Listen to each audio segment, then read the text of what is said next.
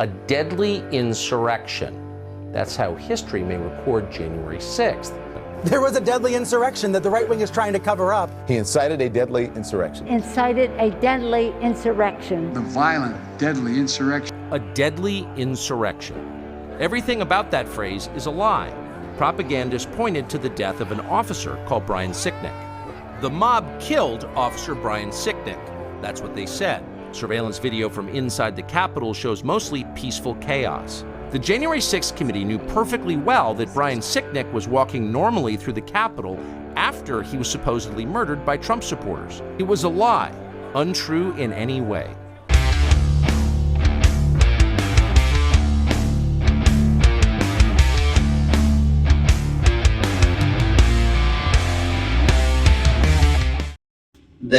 The marshals transported me to a halfway point because they're bringing everybody back to D.C. to go to court there.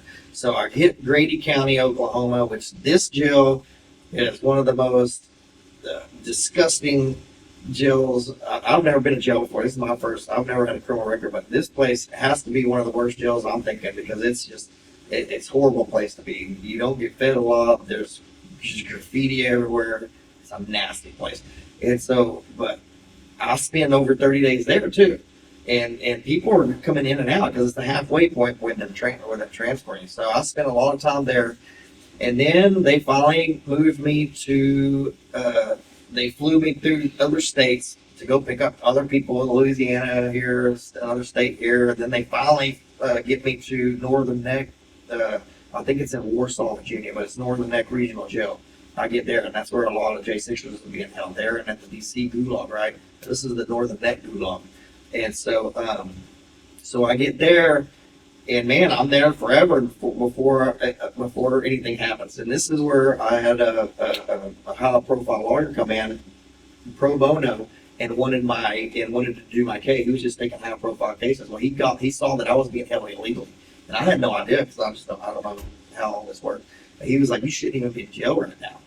And he said, "They've been holding you for over 80-something days, and you were supposed to see a federal judge. You haven't been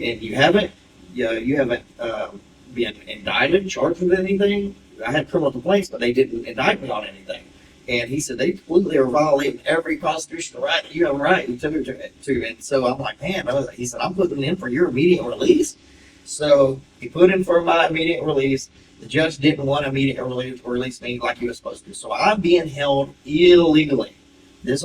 I'm being held illegally. This judge wanted to release me from court. And what he was doing was giving the prosecution a heads up because the prosecution now knows that I'm being held illegally. So instead of releasing me, he says, "Well, I want to see him in court, and I'll release him from here." So during my transport, my time to wait, and I'm transported to the thing, the prosecution has enough time to get one quick indictment just to keep me in jail keep me from being released. Being held, even though the indictment was no good, but the judge still. I get back, and this was a magistrate judge, so it still wasn't a federal judge. So he tells me, I was going to immediately release you, but unfortunately, Mr. Denny, the prosecution came down and they got one indictment.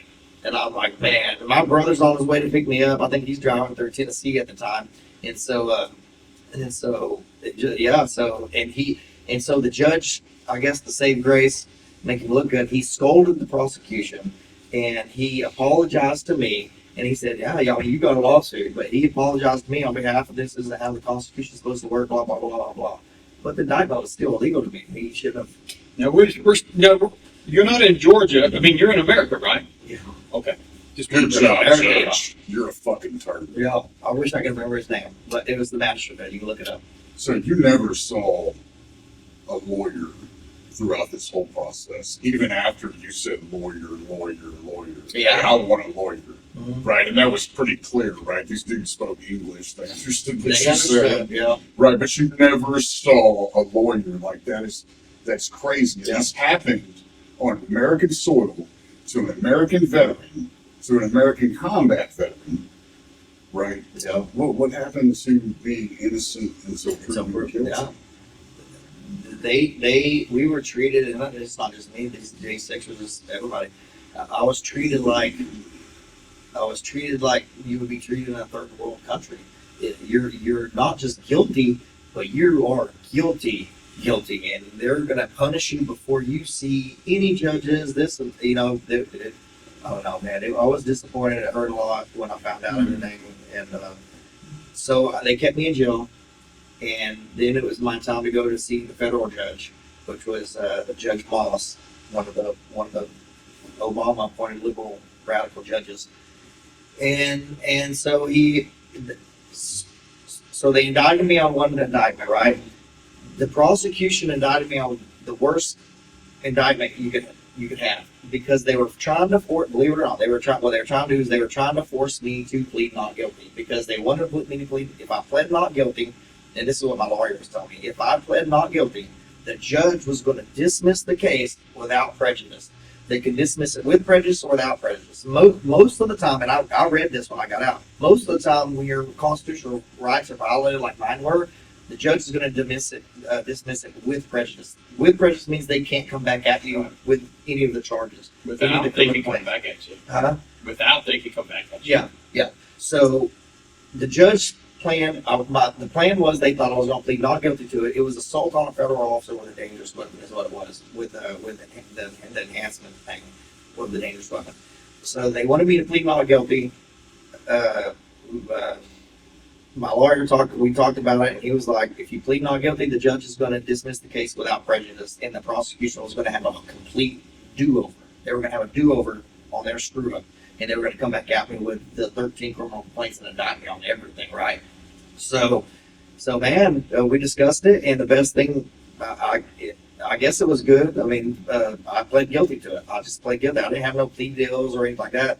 When they asked me, I pled guilty, and when I pled guilty to it, the prosecution's jaw dropped, because it was a Zoom thing, and they were just like, they did not expect it at all. The judge didn't expect it. The judge didn't want to accept the not guilty. He didn't accept the not guilty plea at that time. He was shocked. So he was like, well, do you understand what you're doing? You're pleading not guilty. I don't want to accept this, is what he was saying. He was like, why don't you think about it and come back? You can discuss it with your lawyer and come back later or whatever. And like days later, I believe it was. So he didn't want to automatically accept that, but he couldn't do nothing about it. He wanted to do research to see if he could do anything. So found out that I guess he couldn't do anything. They had to accept it. So they couldn't come back at me with these other charges. It would have been double jeopardy if they did. So I pled guilty to that charge and everything, and then You pled guilty to which charge? the assault on a federal officer. Yeah, the worst one that they could do. Like I said, they charged me without trying to force me to plead not guilty. After he assaulted you first. Oh yeah. After I was assaulted first. It all sounds like a total manipulation of the system. Sounds like somebody like gaslit. Yeah. Like, I mean, I hate There's a gaslit, lot of damn it. term. A lot of Right. Yeah.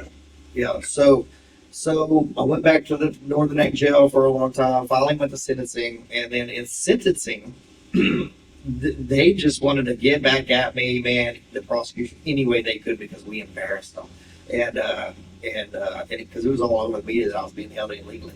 I don't know how they got away with that indictment even being legal in the first place. Wow, how are you going to indict somebody while they're being held illegally? But they accepted that indictment, and I don't understand how they could do that. To this day, I don't understand. If you're holding somebody illegally, how was that indictment even legal? How do they even have the right to accept my guilty plea? You know, they should have dismissed it with prejudice, is what should have happened. But I go to sentencing, and this is where my lawyer's trying to fight for me, saying, explaining the helmets. Why don't I have a helmet? Why don't I have a vest? Why don't I have pepper spray? And as he's explaining to the judge, well, this is for the counter protesters. That all the judges, including mine, was like, no. He planned to go there to fight the police to go into the Capitol, but the judge wasn't having it, man. They just completely ignored the fact of what the truth was. And so, for the first time ever, we had victim impact statement coming up at sentencing, right? So it was the first time Mike Fano, I don't know if y'all have heard that name. He's the Capitol police officer that got drugged down the steps. And do y'all remember his name? He said he got beat up. He didn't get beat up. He's one of the ones with a riot shield that was beating people and stuff. He's a far left Capitol Police officer. We found out, and he was actually seen wearing Trump gear inside the crowd before he put on his riot gear and his shield. Earlier in the day when everything first started, he was seen in the crowd with his pictures on him. So anyways, Mike Fanone, who says he got pulled down and beat up and had a heart attack, is what he said. He was there to do it, which I want to clarify. He did not get beat up. I was there. I saw exactly what happened to him. He did get pulled down out of the fight because he was sitting there beating people, and he got pulled down. He didn't get beat up, and he fell down to the ground. Someone did try to swing something at him and shock him with a, I didn't even see that part. I just heard that someone tried to shock him with a stun gun or something like that, right? But what I saw was he fell down, got pulled down, fell down.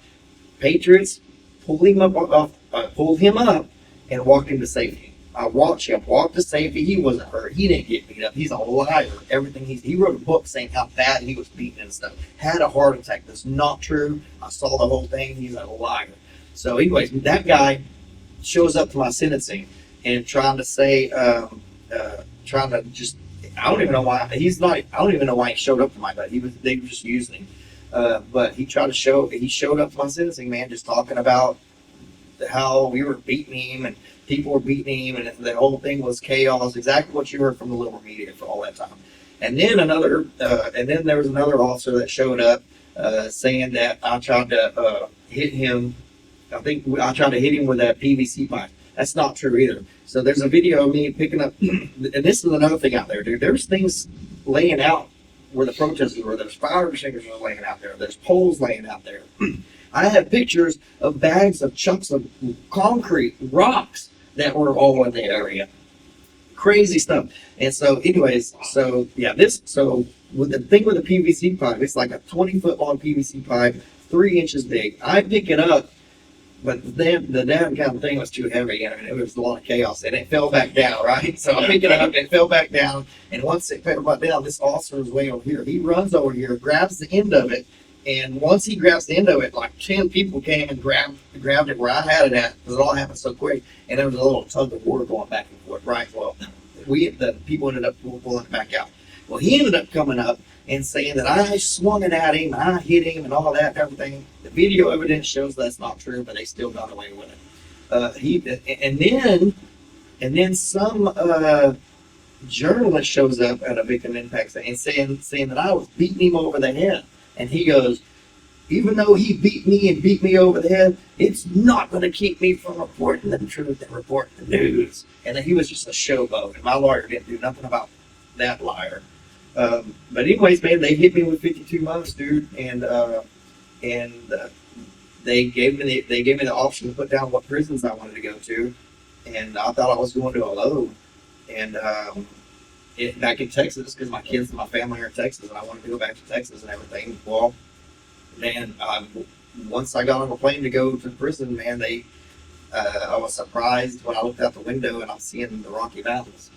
Mm-hmm. They sent me to the Supermax complex and in FCI Florence, it's the medium right there where the Supermax is, and I spent 26 months in that place. That's the most secure prison in the world. That's the most secure prison complex in the world. Wow. I'm sitting here in utter amazement to believe that the things that we're talking about literally took place in America. I expect them to take place in other third world countries with dictatorships and monarchies and all kinds of those other governmental methodologies. In America, we are supposed to be the land of the free and the brave. And we take up for one another, just like you were telling us about your organization. It's an organization of service to people. Yep. And I remember, I definitely remember all of the destruction that was taking place in Seattle and Washington, D.C. and all these historic monuments being ripped down from the very fiber of the ground. that were there to show of our history. So now here we are. We have a group of men who were bought into the idea of protecting not just people, but the very history of this country. And this is what our own government did for political reasons. All political. And so we try not to do a lot of political jargon on this show, but this one is just one of those that's so real, it's so surreal, it's so true and honest that when we look at it, my gosh, thousands of people were put into jail, many of which never actually even went to Washington. And so Well, they never went for the. they definitely didn't go in, Capitol, yeah. but they were picking up people who just had airplane tickets Yeah. Yeah, they were questioning them. Yeah. and questioning them. I So heard about that. I just want to reiterate how much I appreciate, and I know Barry does too, what you went through, and your willingness to step out right now. Because I don't know what the wrong people hear the story, and who knows what kind of backlash there's going to be. Well, I went through hell, but I will say this: I've never ever said that I regretted anything. I have no regrets because I did nothing wrong. I did the right thing that day. I don't regret. I lost my kids, man. So over all this, I had full custody of my kids, and their mom swooped in and got them and moved them out of Texas, where they were from, actually, and their family and all that. So they're living in another state. But I don't regret. People often ask me, "Do I regret going?"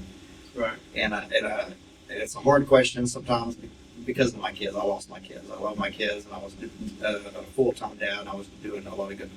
I'm the one who took them to school, who took them to football and stuff like that.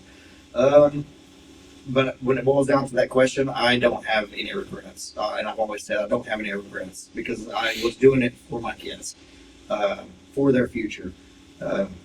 We had to take a stand. We had to show up because if we didn't, it was just going to get worse and worse and worse. And I don't have any regrets. I didn't do nothing wrong. I love my country, and there's nothing wrong with that.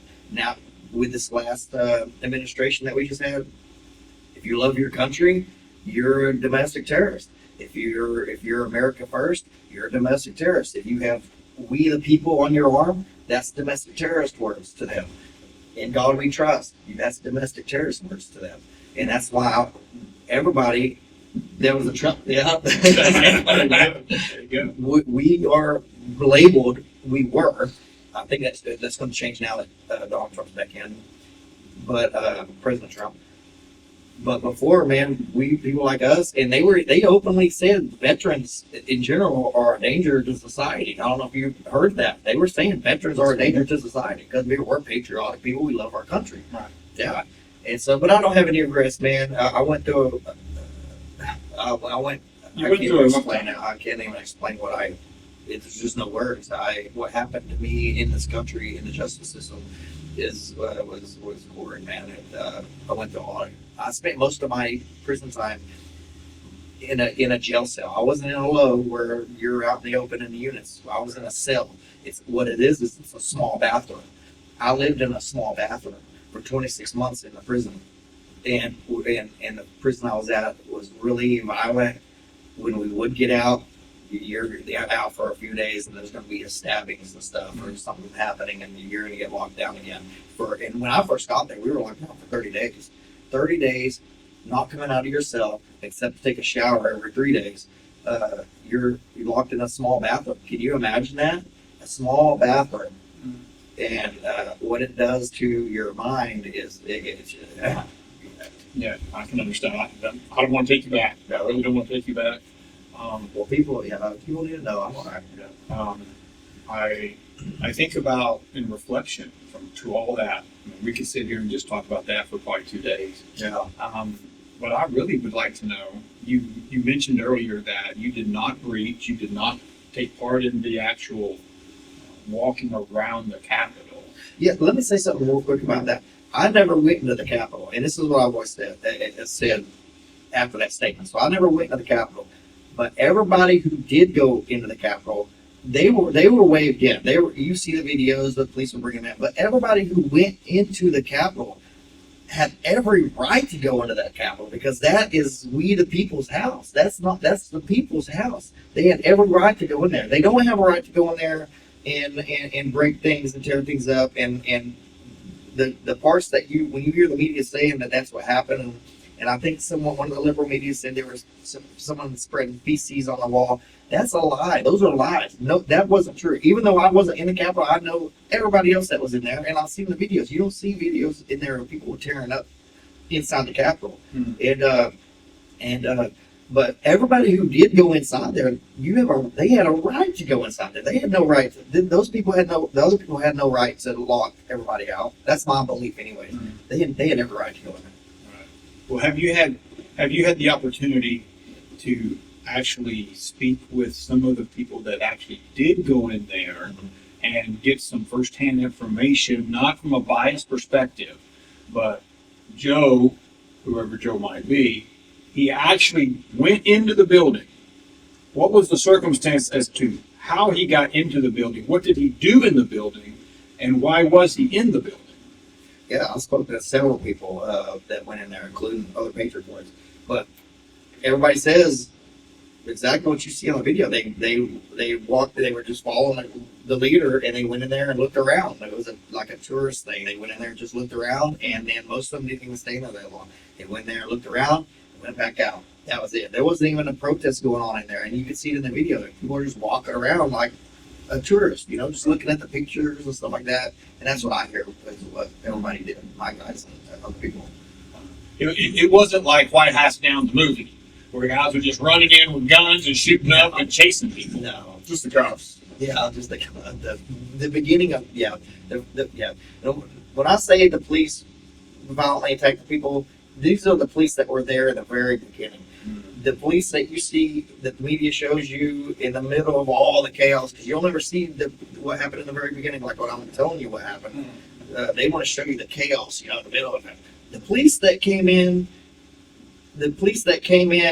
after all this, they're the ones that were called saying, "Hey, we need backup and thing." I don't believe those officers. They weren't in on it. The operation they take to do what that did. I believe that they just got called into the backup, and they got called in saying, "Hey, there's a riot. We're being attacked. This and that." You know what I mean? Here's another question, and I don't want to make it sound like I'm vilifying police officers. I couldn't be further from this. I have police officers in my family as well, and that they're blue-blooded Americans. A lot of them have served in the military. They continue to serve. What do you say to, I guess, those law enforcement guys that were put in a bad position to have to react?